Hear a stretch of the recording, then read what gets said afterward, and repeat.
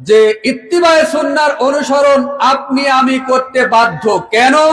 রাসূল সাল্লাল্লাহু আলাইহি ওয়াসাল্লাম নিজের মন গড়া ব্যক্তিগত তিনি কোনো কথা বলতেন না।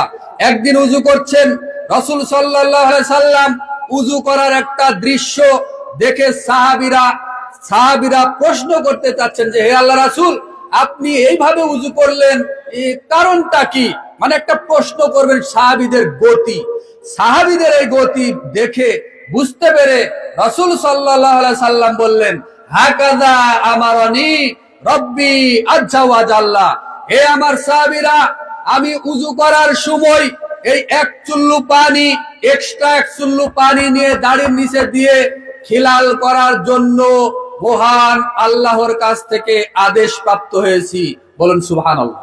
তার মানে নবী করিম সাল্লাল্লাহু আলাইহি সাল্লাম নিজেও ছোট হোক, আমলটা ছোট হোক বা বড় হোক, এমন কোন আমল তিনি নিজেও করেননি আল্লাহর নির্দেশের বাহিরে, আল্লাহর পছন্দের বাহিরে, আল্লাহর অনুমতির বাহিরে।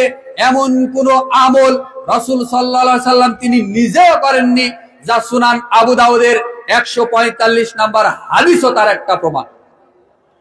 উযু করার সময় সুন্দর করে আপনাকে একটু ক্লিয়ার করে দিই, নইলে আবার পরে আপনি আমাকে ধরে বসবেন।